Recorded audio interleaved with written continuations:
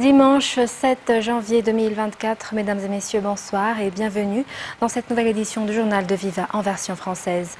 Dans les actualités de ce jour, quelques mots sur la page politique. Cette semaine a été marquée par la réintégration de Nsé Christian au poste de Premier ministre, chef du gouvernement. Cela a été marqué par le président de la République et cela a été annoncé par le président de la République, Andry Rajoelina. Parmi les trois noms présentés par le groupe parlementaire ayant la majorité parlementaire, le choix du chef de l'État s'est penché sur l'ancien Premier ministre Nsé Christian qui, selon lui, a accompli sa mission tout en restant loyal, intègre et ayant fait ses preuves dans la réalisation des objectifs de développement. Il a satisfait toutes les exigences et critères, affirme le numéro 1 Malagasy. Il restera alors la sélection des membres du gouvernement qui a déjà commencé depuis vendredi dernier. Une commission spéciale a été mise en place pour enquêter, sélectionner et effectuer des tests sur les postulants au poste de ministre. Passons à un autre sujet. Nouvelle année est synonyme de rencontre entre familles. Et justement, diverses familles ont rempli les centres de loisirs comme à Massenjai en ce premier week-end de l'année 2024. C'était une occasion pour se saluer pour cette nouvelle année et afin de renforcer les liens de la famille. Selon les explications d'une famille que nos journalistes ont interrogée, il s'agit d'une pratique courante pour eux chaque année pour faire valoir les traditions de la famille et transmettre les valeurs aux générations futures. Reportage de Sylvain Anienne Martina et Secha Angenab.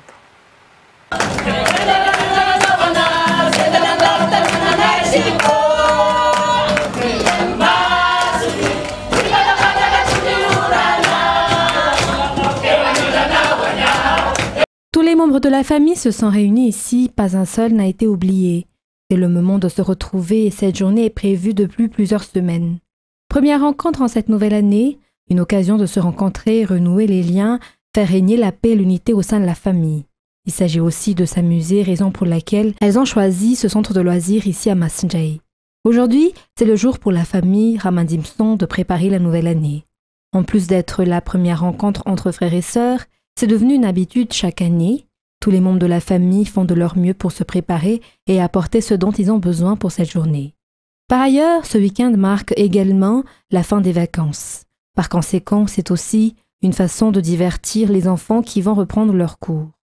Ce lieu de divertissement, comme celui de Massenjai, est presque toujours plein en ce mois de janvier du fait de ces rencontres familiales.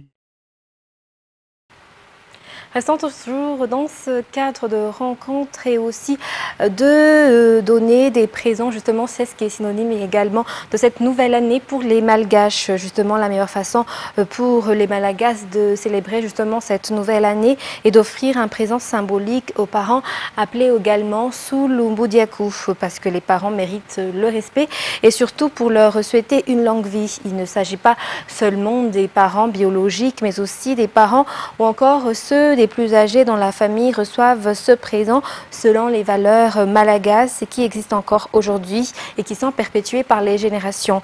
Il arrive souvent que l'argent soit utilisé comme cadeau, mais dans le cas de l'organisation d'action sociale de Tilazen, les personnes âgées de Fukuntan ont également reçu des provisions. Selon ce reportage de Anienne Martina, Secha Angenab et Cécile. L'une des valeurs qui sont encore respectées et gardées par les Malagasy, le fait de donner un poulet aux parents en cette nouvelle année, un présent appelé Solmbudiako. C'est une coutume pour honorer les parents qui nous ont donné la vie ou encore par respect pour les aînés de la famille. Ces derniers qui sont les doyens de la famille et de la société. En effet, le système social malagasy accorde une valeur particulière aux aînés. Le poulet était depuis toujours offert comme présent pour les Malagasy et le croupillon était le morceau donné aux plus âgés. Mais actuellement, la plupart offrent une somme d'argent ou encore un cadeau en guise de Sulmbudiako. C'est ce qui a eu lieu aujourd'hui à Tilazen, près d'Ambuizanak, où une association a offert des PPN, notamment du riz, de l'huile, du sucre et du savon aux personnes âgées. En contrepartie de ces offrandes, les aînés leur accordent leur bénédiction, un signe d'amour des parents et des aînés à l'adresse de leurs enfants et des jeunes de la famille. Toujours dans cette page sociale, mais parlons plutôt santé, partons à Mahajang. Depuis quelques jours, la conjonctivite, une infection oculaire, fait des ravages à Mahajang. Elle se transmet par contact et surtout si la personne ne se lave pas les mains et se touche les yeux directement. Elle provoque une irritation des yeux selon les explications de notre correspondant à Mahajang, Rabetine Ravousan. Bon nombre d'adultes et d'enfants à Mahajang ont contracté une maladie des yeux appelée conjonctivite. Les divers contacts durant les fêtes de fin d'année a favorisé sa propagation, selon les explications du directeur régional de la santé publique de Boeing. Il s'agit d'une conjonctivite bactérienne qui avait déjà fait des ravages il y a 4 ans de cela à Mahajang. Cette maladie y est connue sous la dénomination de Ming. La maladie présente des yeux rouges, a des démangeaisons provoquées par les irritations selon un médecin. De ce fait, il est important de limiter les contacts physiques avec les gens, mais également se laver régulièrement la main avec du savon pour éviter la propagation de la maladie. Il est aussi très important de ne pas faire d'automédication, mais de directement consulter un médecin en cas de symptômes. La tâche qui attend les agents de santé est de rompre la chaîne de propagation de cette maladie à Mahajang. Il est à souligner que seule l'avis des professionnels de santé compte pour éviter la propagation et préserver la santé publique. Parlons à présent production rizicole. Le rendement est bon cette année selon les riziculteurs. Bon nombre d'entre eux sont déjà en pleine moisson de leur première production pour cette saison en ce début du mois de janvier. Selon les explications, le riz a été précoce cette année. L'eau était en quantité suffisante, raison pour laquelle cette première récolte est bonne. Le rendement de riz a augmenté de 8% par rapport à l'année dernière pour les riziculteurs d'Anjanambu, Andodapenaka 3, que nos journalistes ont rencontré hier. Anienne Martina et Secha Anjenab nous en disent plus. L'on constate que de nombreux riziculteurs sont déjà en pleine moisson en cette première semaine du mois de janvier 2024, notamment ceux dont les rizières longent la route d'Andodapenakadig. La première moisson a été précoce cette année selon les agriculteurs, car ils ont commencé à planter le riz dès le mois d'octobre. De plus, ces paysans ont déclaré que le rendement a été très bon cette année. Pour cette famille, cette première moisson a connu une augmentation de plus de 25% pour cette variété de plantation appelée Kitsapitu. C'est le même résultat pour cette mère de famille dont le stock tiendra toute la saison et même toute l'année, souligne-t-elle. La raison de cette belle saison est que l'eau est en quantité suffisante pendant toute la saison, ce qui a grandement aidé dans la qualité du riz récolté. La réhabilitation des infrastructures des plaines d'Antananarivo, notamment les canaux d'irrigation, les barrages ainsi que le respect du calendrier ont grandement contribué à ce résultat. L'on sait que plus de 2000 hectares de rizières sur la rive gauche ont été irrigués par les eaux des coupes côté gauche et 1000 hectares de la rive droite. Et c'est ce qui nous conduit aux actualités internationales. Les Bangladais se rendent aux urnes aujourd'hui pour des élections législatives. La première ministre Sheikh Hasina, qui brigue une 5e mandat à la tête de son pays, est assurée de la victoire. L'opposition ayant décidé de boycotter le scrutin dans un climat de répression politique extrême. France 24. Dimanche matin, à Dhaka, capitale du Bangladesh, la première ministre sortante glisse son bulletin dans l'urne. Sans vraie opposition, sa réélection pour un 5e mandat devrait être une formalité au terme d'une campagne marquée par des violences et des arrestations massives. Sur la défensive, Sheikh Hasina balaye les critiques. Je dois prouver ma crédibilité, n'est-ce pas? Mais à qui? À qui? À un parti terroriste? À une organisation terroriste? Non. Je n'ai de compte à rendre qu'aux gens, qu'au peuple. Tout ce qui compte, c'est de savoir si le peuple accepte mon élection ou pas. Le scrutin est boycotté par la principale force d'opposition, le BNP, le parti nationaliste du Bangladesh, qui a lancé samedi une grève générale de 48 heures. On voit bien que ni le BNP ni d'autres partis politiques ne se présentent à ces élections. Nous, on est jeunes. On ne peut pas avoir confiance dans un tel scrutin. Le BNP et d'autres formations décimées ces derniers mois par une vague massive d'arrestations dénoncent un simulacre d'élection. Les premières indications suggèrent une faible participation. Le Bangladesh, autrefois en proie à une pauvreté extrême, a connu une croissance accélérée sous la direction de Sheikh Hasina. Le accusé de violations systématiques des droits de l'homme et d'une répression impitoyable de l'opposition. Et dans la vieille ville de Jérusalem, une partie du quartier arménien est menacée de démolition. Le jardin des Vaches, un lieu historique, a été racheté en 2021 par un homme d'affaires australien afin d'y construire un hôtel, un projet auquel tentent de s'opposer de nombreux Arméniens. Mais depuis fin octobre, ces derniers assurent subir des intimidations de la part du nouveau propriétaire dans un contexte de multiplication d'attaques. À leur rencontre, France 24. À 2 pas du monastère de Saint-Jacques, dans la vieille ville de Jérusalem, la bataille pour une parcelle de terrain s'est convertie en lutte pour l'avenir de la plus vieille diaspora arménienne au monde. Pour faire simple, nous nous battons pour notre existence. Les gens pensent qu'il s'agit d'un simple parking, mais ce n'est pas le cas. Il s'agit d'un terrain qui nous appartient depuis plus de 700 ans. C'est ici que les survivants du génocide arménien ont trouvé refuge il y a plus de 100 ans.